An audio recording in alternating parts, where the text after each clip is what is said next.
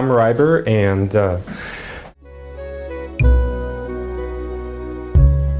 so I said, well, you know, Ecuador would be a good place to go, and I had a little bit of aptitude for Spanish, so I said, well, I'm going to practice soccer with the Spanish-speaking students, and I'll be ready when I get accepted in the Peace Corps. And lo and behold, I got my invitation in the mail, and it turned out they said, you're accepted for Korea. And I said, where's that? So I had to look it up.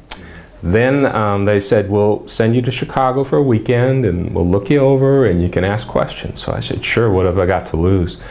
And the more I learned, the more interested I got. And I said, it sounds like a good place to go. Mm-hmm. So it turned out to be one of the best decisions of my life. So. Now, what years were you there then? I was there in 1972 until 1975. I grew up in the south end of Bay City, and everyone thought the same way. We all looked the same. Everyone went to the same church, and everyone voted the same way, and everyone went to GM and worked in the factory. And I said, that's not me. That's not who I am. And so the Peace Corps, and especially Korea, just broadened my horizons. And you also had a chance to experience the culture, the beautiful things, and it was just overwhelming. I loved it all. You know, even the tough part, learning to eat kimchi. Tell me about kimchi. Kimchi is a very spicy dish that's prepared sort of like our sauerkraut.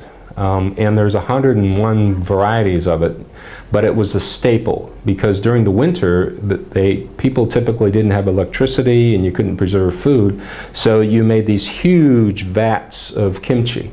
And Americans typically have a very tepid palate, and we use salt and pepper, and that's it by and large. But in there they have hundreds of hot peppers, and it can be really hot and make you cry. And as a result of all that exposure, I love hot foods to this day, and I'm constantly putting Tabasco and the habaneros on my things, and I love kimchi, but not for breakfast. The vivid impression, we arrived in November, brown, and you say, what's brown? Everything was brown. The brown patties, brown roofs, because the typical house was made of mud and a rice straw roof. The leaves were all gone. It was dusty, and it was. I said, "Wow, what kind of a country is this?" Very few trees, and I remember that.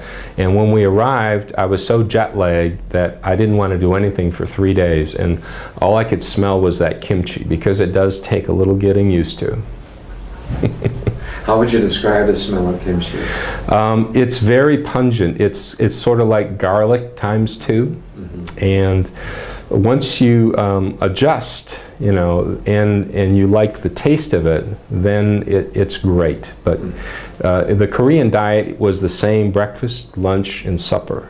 And so when I first arrived, that's what you were served. And I said, is there any way I can have some toast? And of course, it was much easier to make toast than to boil the rice and get out the kimchi and get all the side dishes. And when they found out all I really wanted was toast, they were delighted.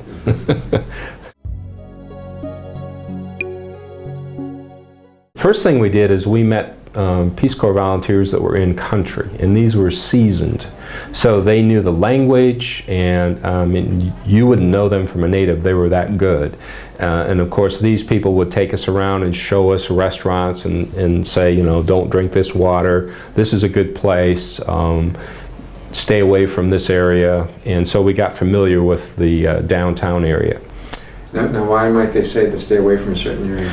Well, for example, there was a bit of bad press because of the military, and I don't know what it is, but it's kind of like the story of the ugly American, how there's lack of sensitivity to cultural norms, and the American GIs had made some bad impressions. So the areas where the GIs were, you didn't want to go there. People were fairly hostile to Americans. They could be.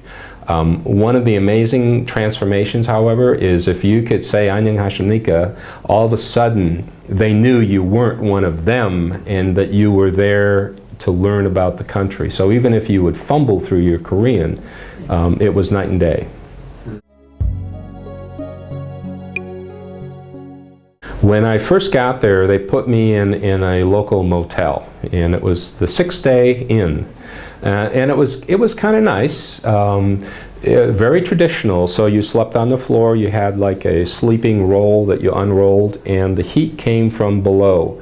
So there were these charcoal briquettes that they would slide under there. So it was very nice, comfortable. And I was there for a while, and then one unfortunate evening, I got carbon monoxide poisoning. And frankly, I'm lucky to be alive. What happened is there was a crack in the floor, and the fumes from the charcoal briquette filled my sleeping space. And for some reason, I woke up in the middle of the night and I had a splitting headache. I managed to get out of the room and I fell down and lost consciousness for a few minutes. When my co-teacher at school found out about it, he was very upset with the owner of that motel, and he said, we're going to get you a nice accommodation. So what he did is he was renting a room from a nice Korean family, and he insisted that I take his accommodations. You know, and I was, oh my gosh, I can't take yours. He said, no, I insist. And he basically took me over and gave me his room, introduced me to the family, and that family became like a family to me. I was teaching English as a foreign language. That was my primary job. And my secondary job was to set up English teacher workshops for the province.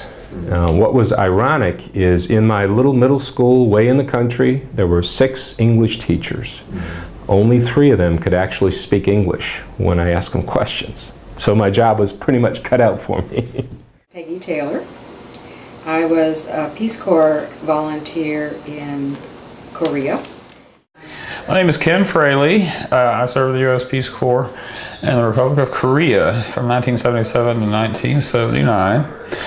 I worked in a small town of Yeongdong, which is pretty much in the geographical center of South Korea. I was a health volunteer. I worked in a tuberculosis control program. The Koreans are very proud of their accomplishments, and they often say they were a recipient country of aid for a long time, and now they are a donor country, and they have their own Peace Corps. And part of our experience on this tour, when I got to revisit, we went to the Korea Peace Corps office and got to have lunch, you know, in a little group with these bright-eyed Koreans that were getting ready, and they looked at us as the inspiration for, you know, the Peace Corps. We would meet many people that said they were taught by or knew a Peace Corps volunteer, and it inspired them. And those kind of stories make you really appreciate Peace Corps in ways that you couldn't have appreciated in the time you were there. You know, some of these things only are in perspective after you look back. Now, did you say you met some of these Peace Corps volunteers from Korea? Yeah, they took us to the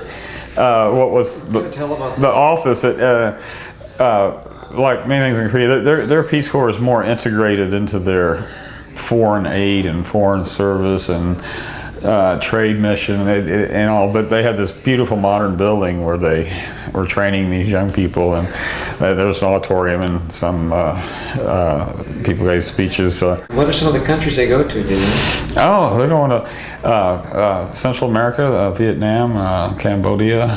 They teach Korean. They actually tell them go to teach Korean language, because what's the motivation? It gives some Asian students a chance to come to school, university in Korea. Taekwondo is real popular in Central America. So I'm going to teach Taekwondo, which is of course Korean, martial art form. And others, health, sanitation, disease control, many of the things that Peace Corps did. And then it's very widely distributed. I was surprised. I didn't know, like, I could see them more, maybe going more locally, regionally, Asia, but no, they're in Central America, and there's even some programs in Africa. Yeah. So again, it's such a success story.